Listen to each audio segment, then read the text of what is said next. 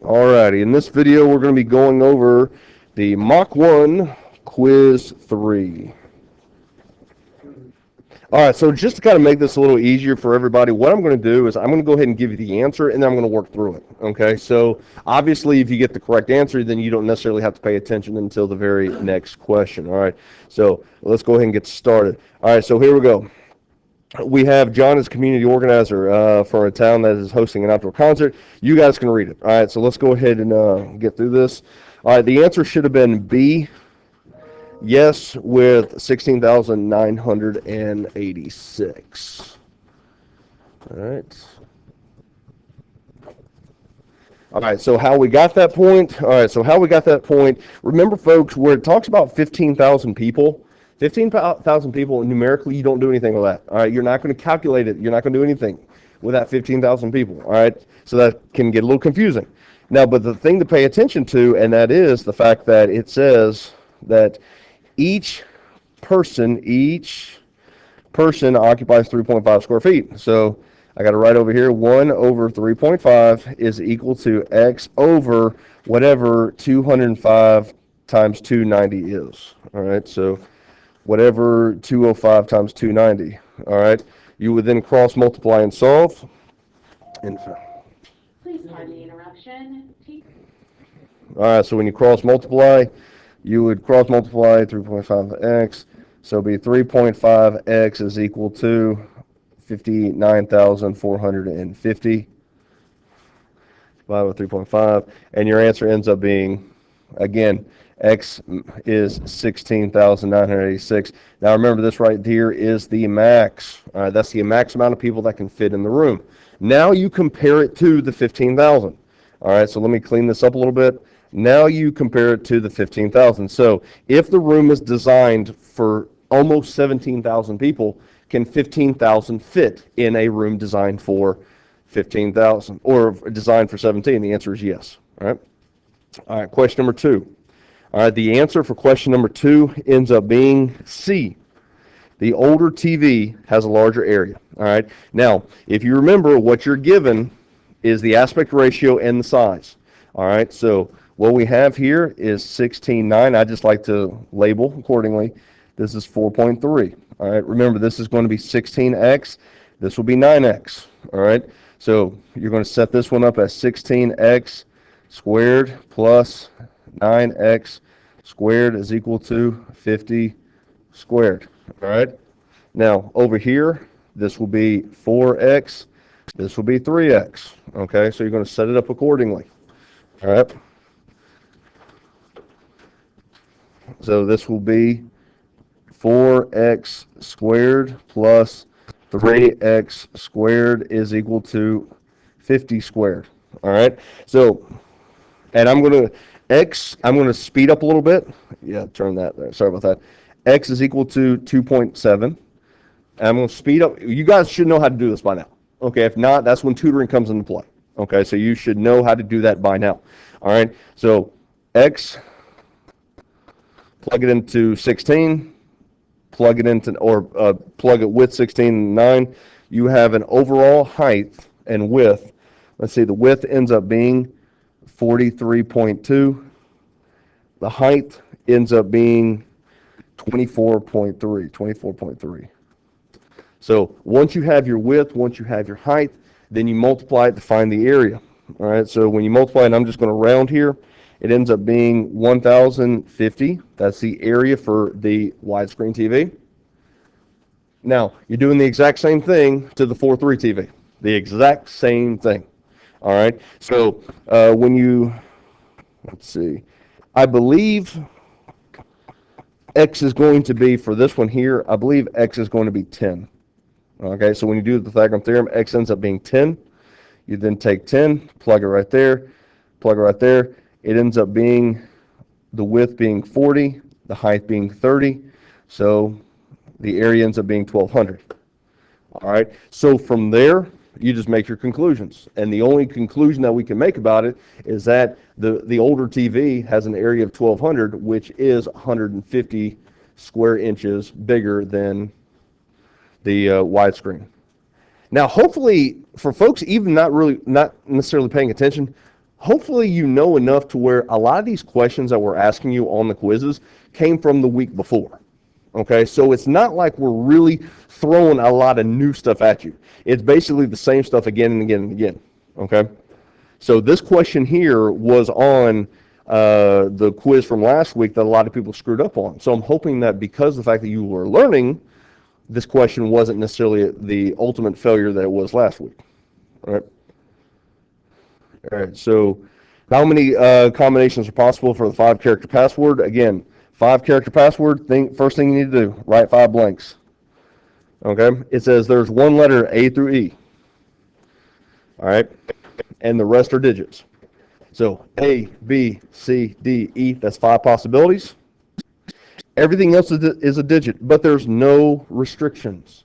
So that means these digits are a 0 through 9 situation, which is 10, 10, 10, 10.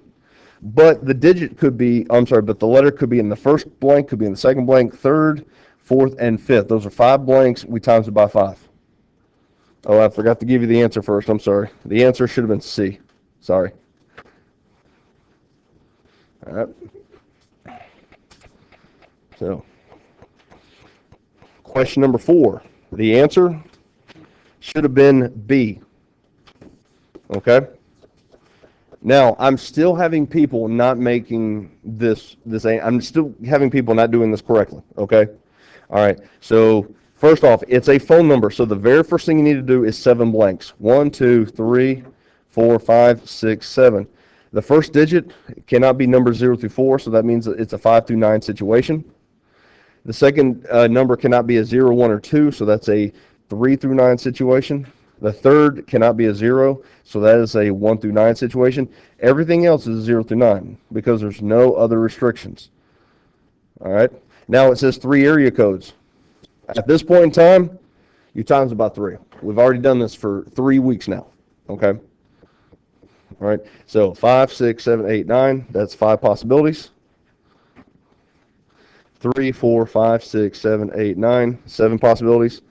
1 through 9 is 9 possibilities, and that's 10, 10, 10, 10.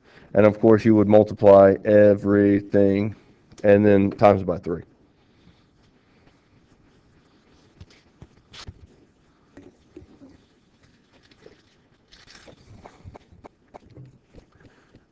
All right, question number 5.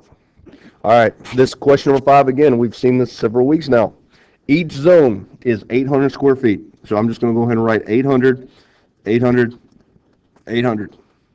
It says for zone 1 and 4, 10 square feet per person. There's a couple ways you can do this. The easiest thing that I do is I just take 800 and divide it by 10. That's what I do. All right. So I get 80 people in zone 1, which means 80 people will be in zone 4. Oh, sorry, I forgot to give you the answer first. The answer should have been A. Sorry. For zone 2, again, you can create a proportion. If you wanted to create a proportion, this is what you can do for zone 2. 1 over 12 is equal to x over 800. Or you could just simply take 800 and divide it by 12. Whatever, give you the same answer. This rounds to a 67 answer, this 67 answer. And then for zone 3, very simply, just divide it by 30. And you get 27, 27. So how many people can fit, or how many people went to this very small concert? 80, 67 plus 67, 27 plus 27. Boom, there you go.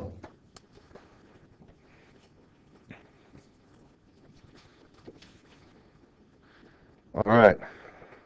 Question number 6 by far is the most challenging question, because this one, and I will say in your defense, yes, this is the one that if you made a mistake, that's perfectly fine because we haven't necessarily gone over it a lot. The answer should have been 87. Okay? Now, here is the relationship that you need to know, and that is this. It is the area of the frame divided by the area of the pick. Okay? So the area of the frame divided by the area of the pick. Now, if you read the question, if you just look at the question, you can see that the dimensions of the frame are given. The dimensions of the frame are a 6 by 4. All right. So to find the area, multiply 6 times 4, and you get a total of 24. Okay.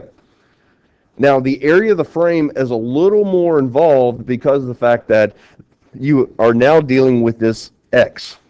Okay. So you have, and let me kind of clean this up. So if you look at the dimensions of the actual picture, the width is 6 because it goes the exact same width as the frame as well as the tiger, but we don't know how tall it is. All right, so that's when we need to bring in the dimensions of this original sketch. All right, now this is what you're going to do. You're going to take the width and the height of the original sketch, take the width and the unknown height of the reduced sketch size. And guys, I'll be honest with you, at this point in time, if I highlighted 4 things, or if I circled 4 things, you know exactly how to find it. I mean, what do we have to do that involves 4 things? Is a proportion, okay? So off to the side, I always like to do a width over height proportion. So it will be 11 over 8.5 is equal to 6 over x.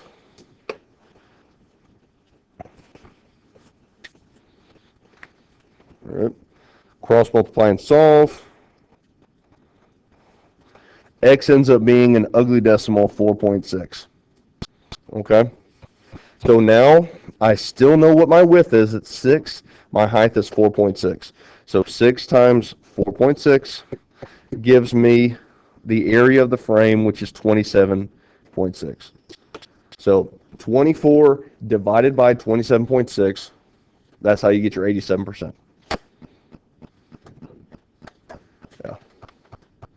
The biggest challenge, guys, is just to remember the relationship of the area of the frame over the area of the picture. If you can remember that, there you go. Easy peasy. Okay. All right, question number 7. The answer is C. All right. First thing out of the gate, it says a tire has a rim size of 17. I gave you a picture. So the rim is 17. Obviously, I don't know what my sidewall is. All right. The circumference is 100.48. I got to, right out of the gate, convert that back to the height by dividing it by 3.14. So 100.48 divided by 3.14 gives me an overall height of 32. All right. So remember, whatever this is, 17, whatever this is, all add up to 32. All right. All that adds up to 32. How you solve for x at this point in time becomes whatever you're most comfortable with. What I would simply do is I would take 32 minus 17. I'll get an answer, and then I'll divide by 2 because there's 2 sidewalls. So 32 minus 17 is 15 divided by 2, 7.5. Ta-da.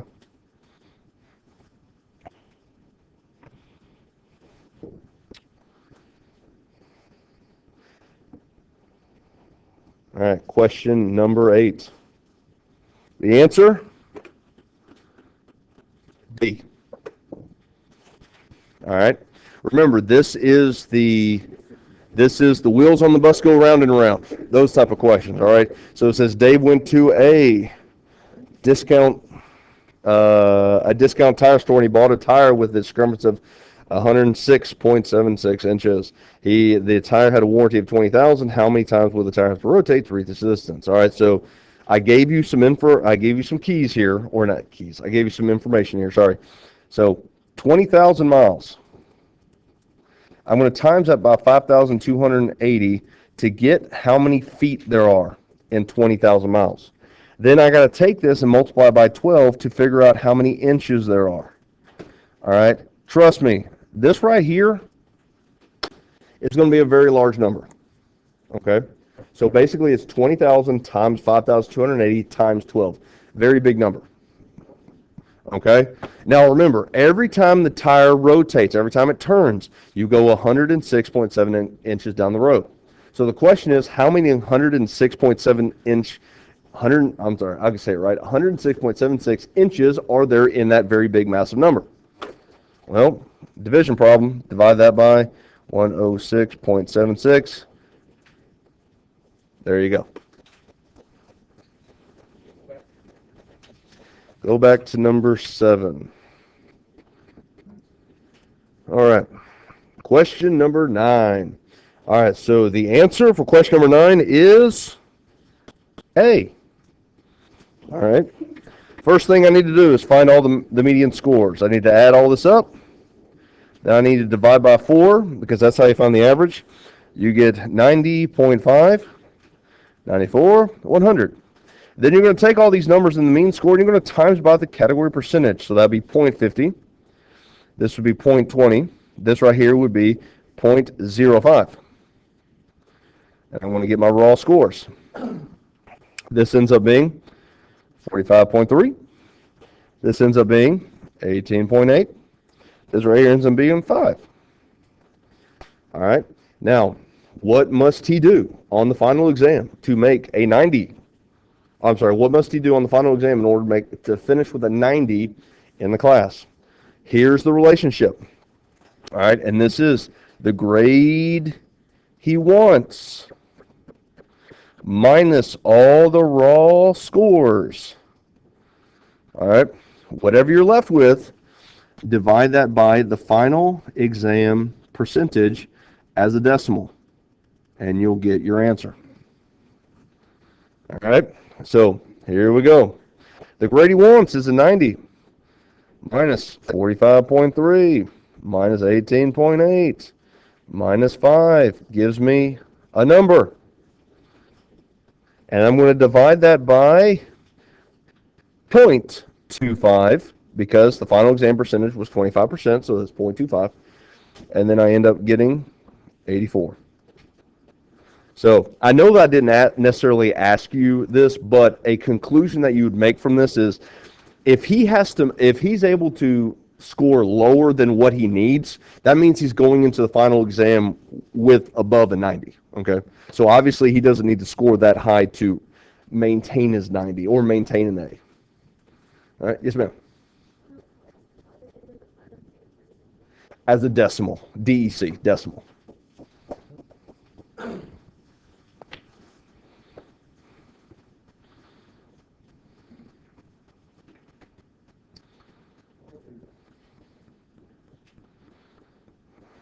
All right. Question number 10. The answer, I'll go ahead and give you the answer. The answer is 23%, which is D. All right. Now, all right, so trying to figure out what's the best way we can do this here. All right. So here's, if you still haven't gotten this yet, I need room to write. Hold on. All right, so all right. So this is what you need to do. All right. You need to draw 2 rectangles. One rectangle that represents the car, and the other rectangle that represents the actual screen itself. All right. So these aren't going to be perfect, but it'll be good enough. That's my car rectangle. That's the screen rectangle. All right. So it says at the car, and I wrote over the directions, but you can read the directions on your problem here. All right. So this is the 4:3 screen. This is the 16:9 screen. Let's see. The width is 35 inches. So that's 35 inches. That's unknown. That's 35 inches. The height is unknown. So at this point, you should know that if I'm trying to find the height, you need to create a proportion.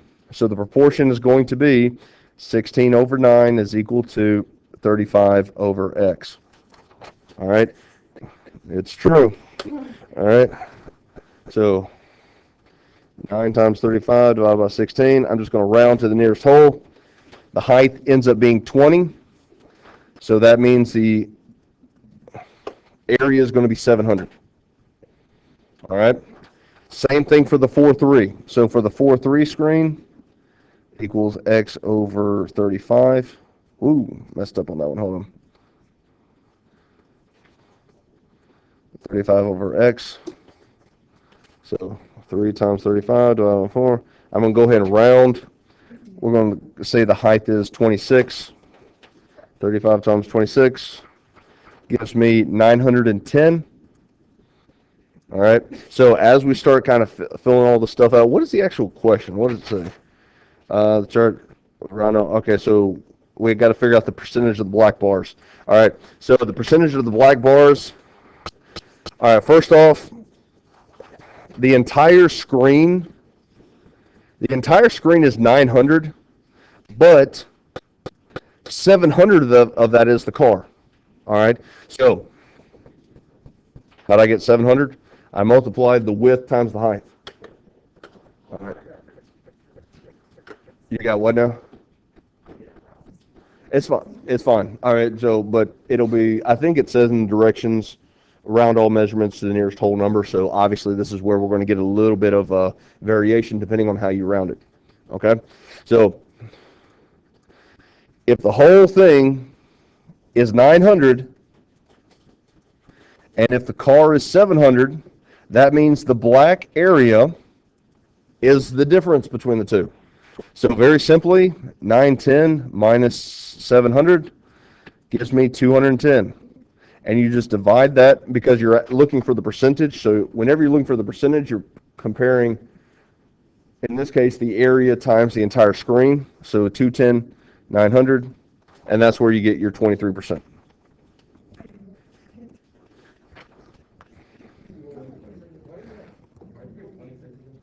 Okay. All right, question number 11. All right, this is free response. Remember, this was bonus here. All right, so here is the tire 285/70 R18. All right, so remember the width of the tire is given, aspect ratio is given, height of the rim is given. So 285, 70%, and then height of the rim is 18 inches. All right, so that is the 3 out of the 7 things that are given. All right, so let's go ahead and do the stuff that is not given. All right, so to find the width of one sidewall, I'm going to take the 285 and I'm going to times it by 0.70. So when I do the math, I get 199.5. Now remember, this is in millimeters. Also remember, your answer might be a little off depending on how you round it, so keep that in mind. Some of you guys might have put 200. That's fine. All right. Now, the width of one sidewall, we got to convert it to inches.